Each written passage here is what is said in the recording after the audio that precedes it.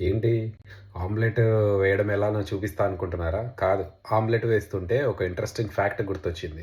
అది షేర్ చేద్దామని చెప్పేసి. ఆమ్లెట్ రెడీ అయిపోయింది. తింటూ ఆ ఇంట్రెస్టింగ్ ఫ్యాక్ట్ ఏంటో చెప్తాను. సాధారణంగా అయితే గనక ఎగ్స్ కేవలం 3-5 వారాలు మాత్రమే నిల్వ ఉంటాయి. మనం ఫ్రిడ్జ్‌లో పెట్టినా సరే, ఏం చేసినా సరే మాక్సిమం 2 మంత్స్ కంటే కూడా ఎక్కువ ఉండవు. ఆ తర్వాత ఖచ్చితంగా అవి పాడైపోతాయి. అలా పాడైపోయిన ఎగ్స్ తింటే బొటులిజం అనే టాక్సిన్ వల్ల ఫుడ్ పాయిజన్ అయ్యే ఛాన్సెస్ కూడా ఉన్నాయి. ఇప్పుడు మనకంటే ఎగ్స్ పాడైపోతేనో లేకపోతే ఇంకా ఇంట్లో లేకపోతే బయటికెళ్ళి షాప్‌లో తెచ్చుకుంటాం. లేదంటే ఆర్డర్ చేసుకుంటాం.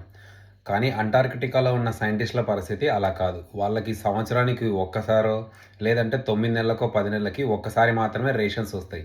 మరి వాళ్ళేం చేస్తారు అంటే గనక దానికో చిన్న టిప్ ఉంది. ఆ టిప్ ఏంటో మీకు నేను చూపిస్తా.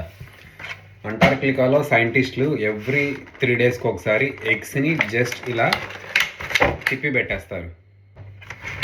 ఎవ్రీ 3 డేస్‌కి ఒకసారి ఇలా తిప్పి పెట్టడం వల్ల ఏమవుతుందంటే గనక 2 నెలల్లో పాడయ్యే ఎగ్స్ దాదాపుగా 1 ఇయర్ పాటు ఉంటాయి. మనలో మనమాట ఆమ్లెట్ కూడా సేమ్ అంటార్కిటికా షేప్‌లోనే వచ్చేసింది.